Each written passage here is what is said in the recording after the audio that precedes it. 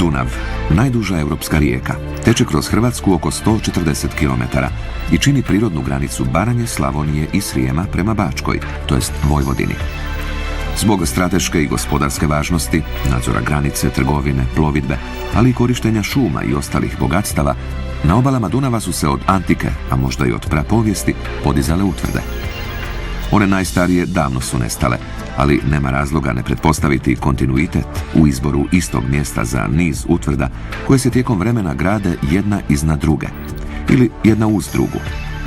Neke su poznate samo iz povijesnih izvora, nekoliko najvećih i najvažnijih preživjelo je. To su svjedoci burnih ovdašnjih stoljeća, ali i graditeljske vještine.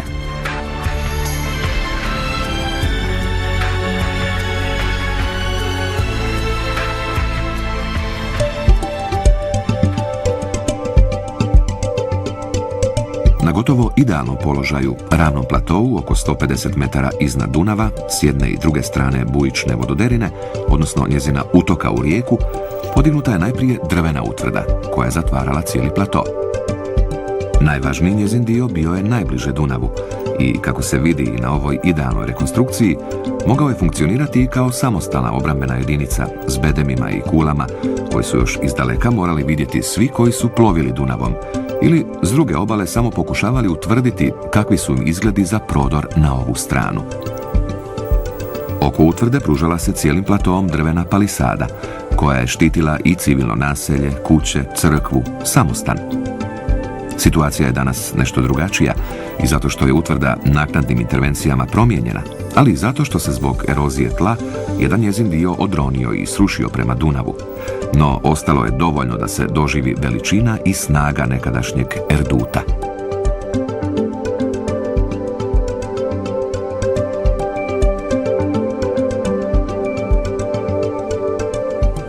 Erdutska utvrda je jedna od najvažnijih utvrda na rimskom limesu, rimskom obrambenom sustavu, koji je štitio rimsko carstvo od neprijateljski raspoloženih Germana koji su bili na području današnje Bačke. Erdutska utvrda, ova koju vidimo, srednjovjekovna, nastala je kroz nekoliko stoljeća, između 13. i 15. stoljeća, gdje je svaki vlasnik dograđivao neke objekte i pregrađivao postojeće objekte, prilagođavao ih svojim potrebama. Mi se sad nalazimo nekoliko metara iznad srednjovjekovne građevinske nule. Naime, u Erdutsku utvrdu, kao i sve slavonske srijemske utvrde, ulazilo se sa prvog kata preko pokretnog mosta, a tijekom stoljeća je djelovanjem vjetra, ali isto tako i rušenjem zidova, rušenjem građevnog materijala, ovaj prostor između bedema i središnje Erdutske kule se napunio zemljom.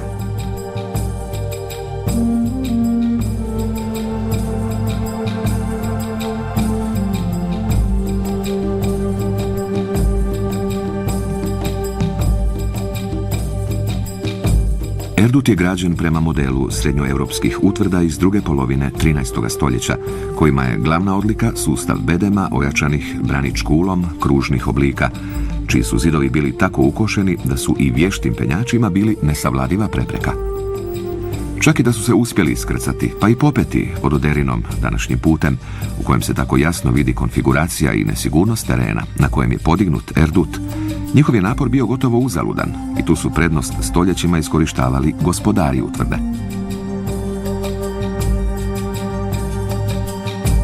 A njih je tijekom stoljeća bilo nekoliko. Čini se da su Ivanovci podignuli većinu objekata utvrde koju su vjerojatno napustili nakon provale Tatara, a ovdje su se od početka 14. stoljeća naselili kanonici iz Titela. Nakon njih dolaze moćni plemići Banfi, a zatim i Berislavići, sve do 1528. kad Osmanlije ulaze u utvrdu i drže do 1687.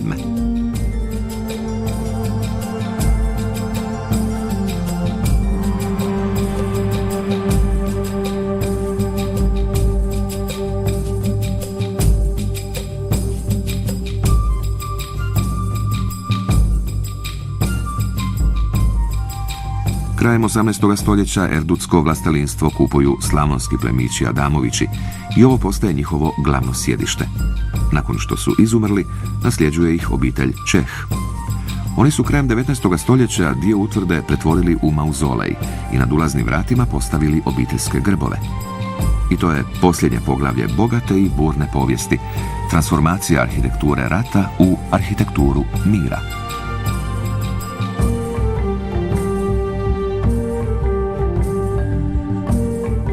I u današnjem mjestu, poznatom po vinogradima i cijenjenom vinu, sačuvan je dvorac iz prve polovine 19. stoljeća, okružen gospodarskim zgradama. Oko dvorca, središta vlastelinstva obitelji Adamović i Čeh, pružao se perivoj, od kojeg se naziru samo ostaci. Tu je i slikovito selo Erdut s tipičnim starinskim kućama i ulicama.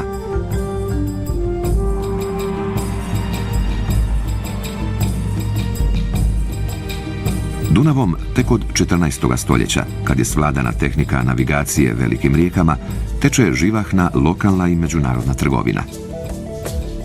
Da bi se uspješno nadzirala, grade se utvrde, a da bi se što bolje provodio utovar, istovar i skladištenje različite robe, podižu se luke. Jedna od njih, podignuta na ušću Vuke u Dunav, jest i Vukovar, ali još i prije bila je ovdje utvrda.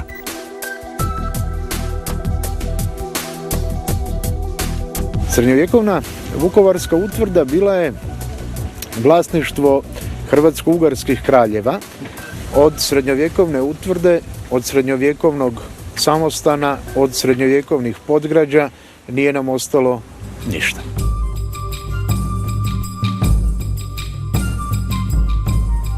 Franjevačka crkva i samostan, a prije njih možda i druga zdanja, odavno su prekrili staru, vjerovatno drvenu utvrdu, pod kojom je uz Vuku i Vukovar rastao grad, u kojem se život prati još u prapovijesti, antici, srednjem vijeku, razdoblju osmanlijske okupacije u 16. i 17. stoljeću, zatim u vrijeme austrijske vlasti i napokon novih državnih entiteta tijekom 20. stoljeća. Barokna povijesna jezgra nastala je u doba koje Vukovaru podarilo lik udobna i ugodna mjesta, jakog trgovačkog i obrtničkog središta. Vukovarci su živjeli u svom starinskom gradu koji je pomalo rastao i dobivao nove kuće, ulice. Bio je to skladni amalgam tradicije i suvremenosti, surovo narušen, ali ne i uništen tijekom Domovinskog rata. Unatoč svemu, grad i njegovi spomenici i drugi sadržaji ponovno postaju ono što su nekad bili. Važna sastavnica našega gospodarstva, ali i tradicije, građanske kulture života.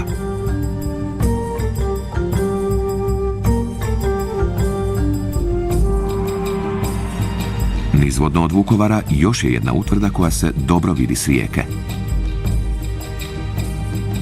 Šarengrad je nastao na ušću Dobre vode u Dunav. Dobra voda je vodotok koji teče sa Fruške gore, prolazi pored Bapske i u Dunav ulazi u delti.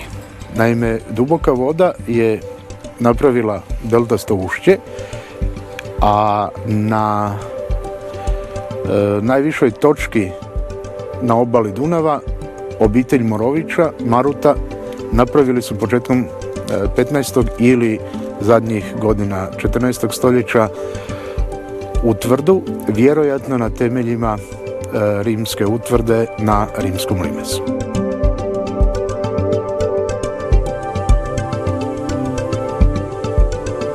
I opet, zahvaljujući animaciji, možemo donekle razabrati veličinu i važnost utvrde, koja je štitila trgovište i luku, jer većine tih objekata i sadržaja više nema, ali je zato ostala utvrda koja se uzdiže nad Šarengradom.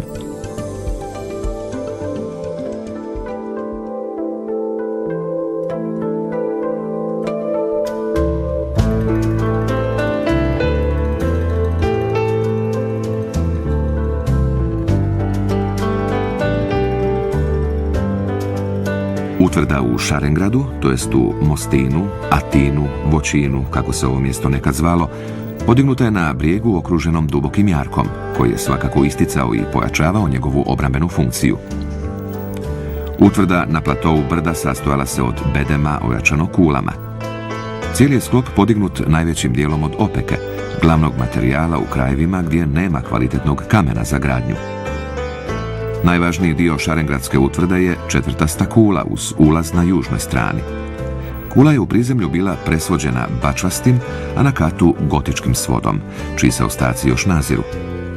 Vjerojatno je tu bio stan gospodara ili upravitelja, kaštelana.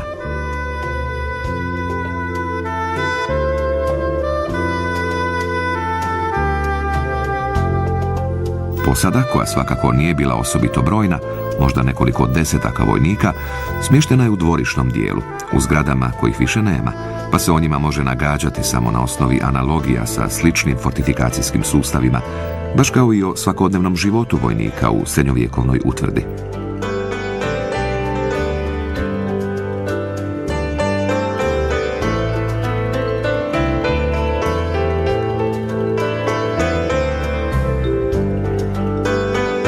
Svakako, vrlo često im je pogled morao skrenuti na civilno naselje u dolini i na moćnu rijeku, koja je uz njega ljeno tekla i nestajala u daljini.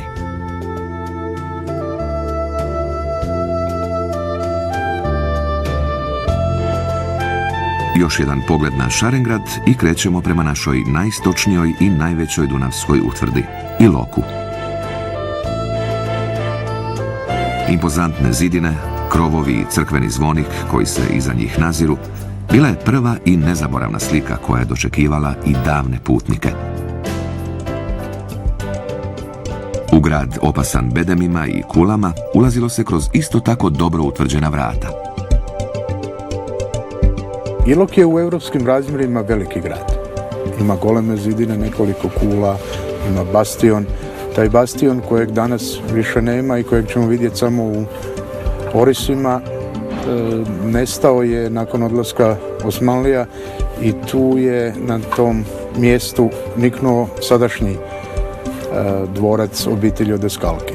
Međutim, kao što je današnji dvorac prekrio dvorac Nikole Konta, Nikole Iločkog, najvažnijeg predstavnika tog plemićkog roda, tako je i njegova obitelj prekrila još jedan stariji dvorac prvih iločkih, dvorac obitelji Ugrina Čaka.